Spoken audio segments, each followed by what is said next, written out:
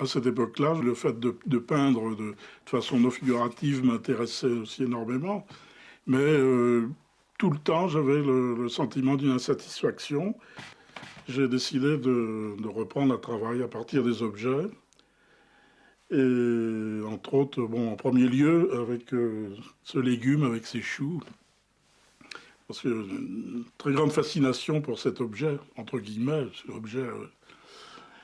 Et donc voilà, dans un premier temps, certains étaient beaucoup plus représentatifs, euh, traités uniquement avec du pastel et des craies. Et donc, progressivement, enfin, cela font partie d'une série, à peu près environ d'une trentaine de, de dessins, du dessin, parce que la plupart sont traités donc comme des dessins. Et il y a une évolution, évidemment, du très figuratif à quelque chose qui progressivement, comme on va le voir dans ceux qui vont suivre, beaucoup plus, pas, pas abstrait ou non figuratif, mais qui sont beaucoup plus informels, disons. Il y a toujours au point de départ une approche nécessaire de l'objet vraiment en tant que tel. Alors que là, par exemple, il y a des collages, il y a du papier coloré, assemblé et collé. Il y a toujours le chou, toujours là, peut-être pas aussi évident, parce que c'est peut-être plus déjà une interprétation. C'est un cheminement qui se fait progressivement, disons. Bon, c'est pas une expérience, c'est un besoin de transformer l'objet lui-même, mais tout en gardant son originalité. Je gardais le même chou très longtemps, donc il prenait des allures un peu... il se décomposait pas, mais pas loin à la limite. Donc il y a quand même quelque chose qui se passait entre le moment où il était frais, ce légume, cet objet, et puis au bout d'un moment, il y a quand même quelque chose d'autre qui se passait, aussi bien au niveau de la couleur, de l'impression de la couleur ou de la forme.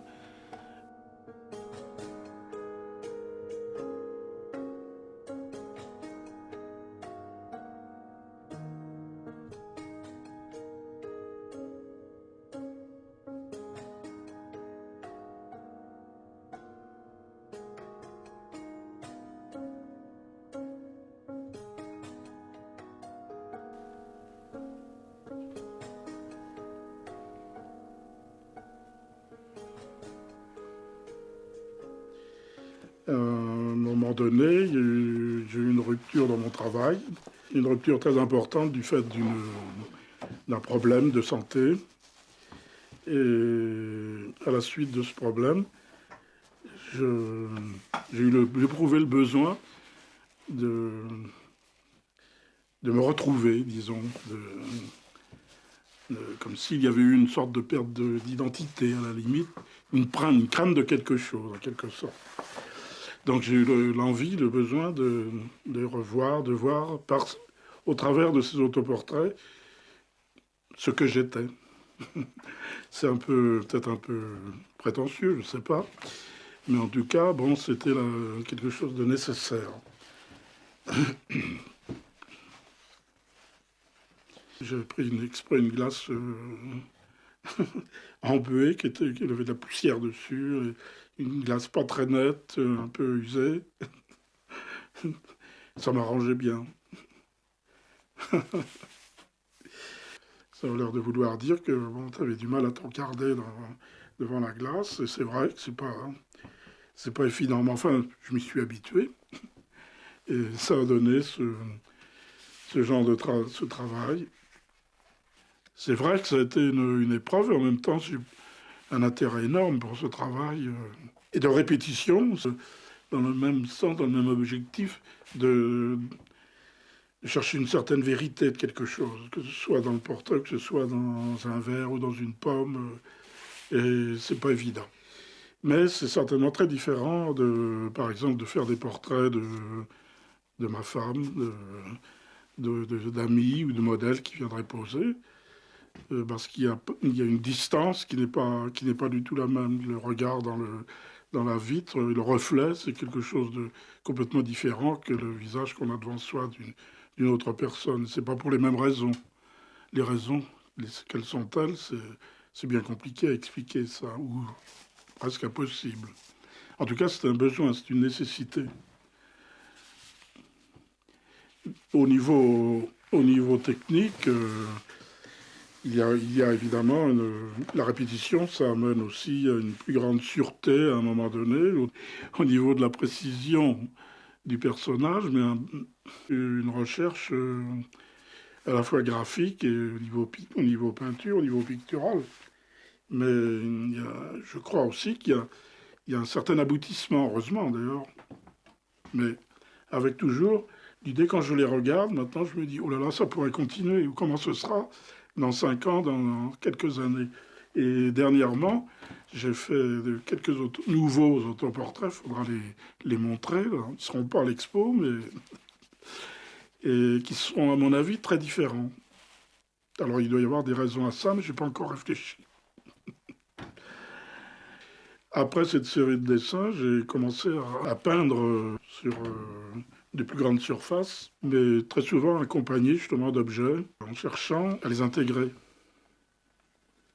C'est toujours travaillé à l'acrylique, souvent avec des cendres qui sont colorées, ou même à l'état brut, ce qui est une matière qui me donne une matière un peu pas très facile à manipuler,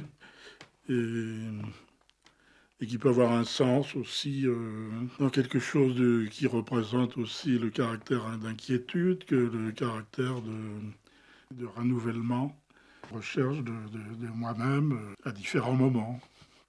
Un très grand peintre sculpteur que j'admire beaucoup, c'est Giacometti. Lui est allé jusque très loin dans ce cheminement-là.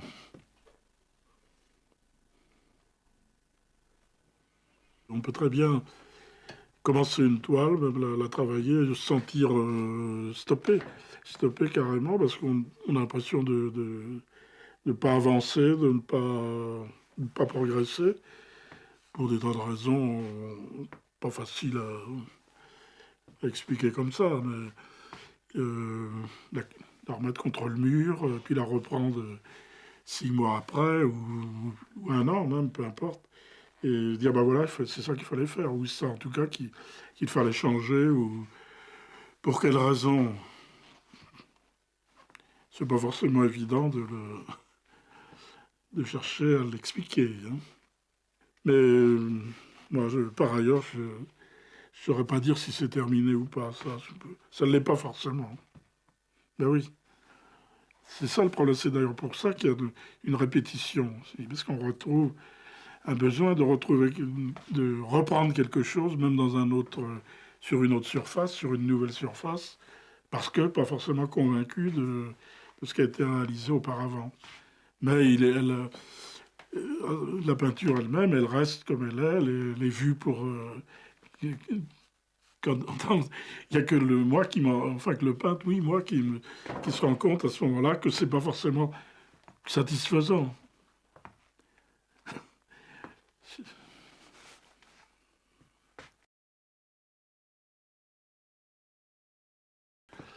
Et là, déjà, bon, dans celui-là, il y a davantage de matière. Ça ne peut pas être réalisé dans d'un seul jet. Ou si ça l'est, à ce moment-là, il faudrait effacer. Beaucoup, j'efface jamais.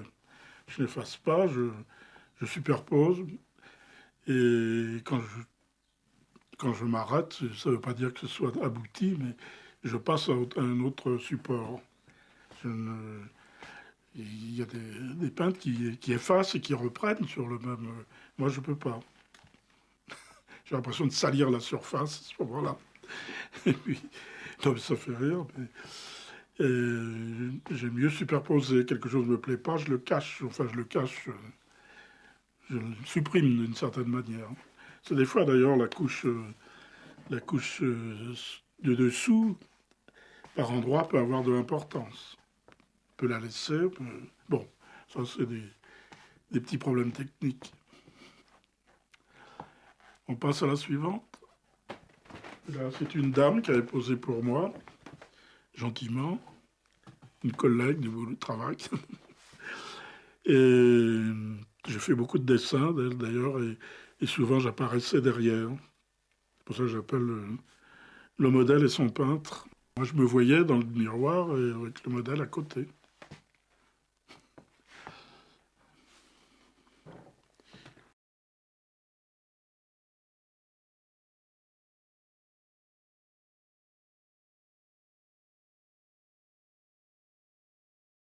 Les objets prennent de plus en plus d'importance. Mon image a tendance à s'effacer, devenir plus discrète de plus en plus. Pourquoi? C'est peut-être nécessaire de faire apparaître des objets de façon de plus en plus précise, quoi. Vous me voyez derrière, là, comme ça? Ah bon?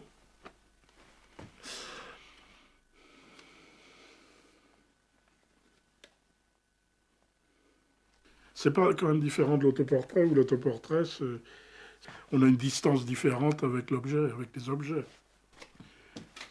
Je crois pas qu'il y ait une évolution au niveau de la technique, il y a une évolution dans la représentation d'un sujet qui est différent, que je traite de la même façon, c'est-à-dire avec autant de répétition, jusqu'à plus soif, mais sans pour autant avoir une satisfaction, de pouvoir se dire c'est terminé, bon, c'est parfait, c'est pas vrai, ça n'existe pas. Un besoin de reprendre, de refaire, même s'il faut la même chose, d'ailleurs on s'en lasse pas. Il suffit de se déplacer de 3 cm pour que tout change. C'est inépuisable, disons. On a toujours l'impression de saisir une bribe, un petit peu de quelque chose de ce que l'on voit, de ce que l'on regarde.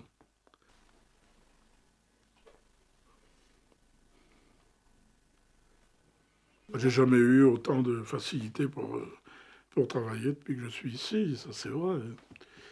Et puis bon, le paysage, j'aime beaucoup le paysage. Je travaille auprès d'un pays qui est beau. De toute façon, c'est pas tellement ça qui m'impressionne. Je trouve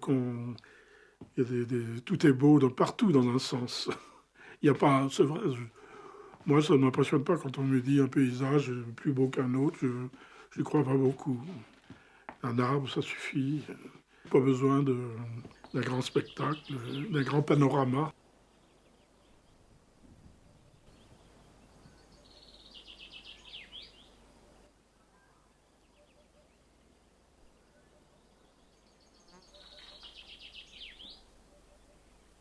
C'est un arbre magnifique. Et ce qui m'impressionnait surtout, comme la perception que j'en avais, c'était comme une sculpture.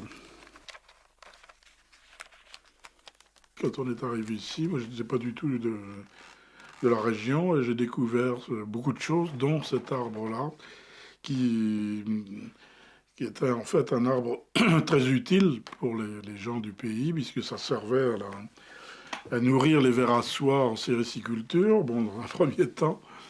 Et moi, j'ai été fasciné à la fois par sa forme et, et aussi par sa couleur.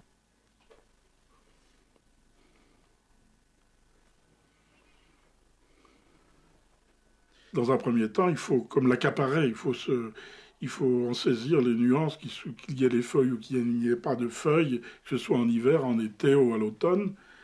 On- J'avais envie de le maîtriser, quoi, d'une certaine manière, pour que progressivement, justement, je puisse traduire cette émotion, cette sensation que produit la vision de cet objet. Donc, il y a automatiquement une évolution. On ne peut pas rester à la simple représentation de l'arbre avec quelques croquetis, quelques notes, aussi belles soient-elles. Hein. Bon, bon. Mais, donc, j'ai autant de satisfaction à travailler ce mûrier en question de cette façon que dans un premier temps, pour quelque chose de beaucoup plus, pas anecdotique, mais quelque chose de plus représentatif, plus documentaire en quelque sorte, quoi. On ne peut pas dire que ce soit plus proche de l'arbre, la sensation est plus vraie. Ça traduit justement une autre manière de construire la peinture, la toile elle-même. La toile, c'est pas une toile, le collage plutôt.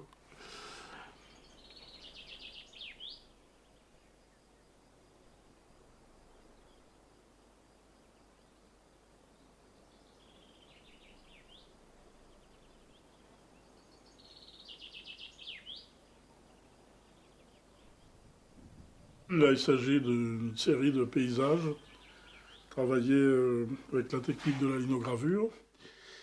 Les plus anciennes sont celles qui sont présentées là, et qui ont une caractéristique au niveau de technique de plaques juxtaposées, c'est-à-dire découpées, et juxtaposées, ce qui permet à la fois d'obtenir une gravure classique au sens du creux et du relief, mais aussi la possibilité de pouvoir séparer des plaques et les ancrer différemment, avec des couleurs différentes. Ce qui est le cas en particulier dans celle-ci. C'est le même sujet, la même gravure, mais avec des couleurs différentes, du fait qu'on peut très bien prendre une partie de la plaque, l'ancrer et faire le tirage. C'est des tirages à la cuillère. À la cuillère, on ne peut pas utiliser des papiers trop forts parce que la pression n'est pas assez forte à la cuillère, alors qu'avec une presse, évidemment, on obtient quelque chose de beaucoup plus fort, beaucoup plus marqué. Bon, les suivantes sont un peu plus récentes, mais le principe est le même. De toute façon, le principe de base, c'est la même technique en fait que la gravure sur bois. Ce qui est en creux est en blanc et ce qui est en relief est teinté soit avec du noir ou soit une encre d'une autre couleur, bien sûr, mais c'est le principe. Bon, des exemples un peu identiques avec une coloration légèrement différente, mais le principe est le même.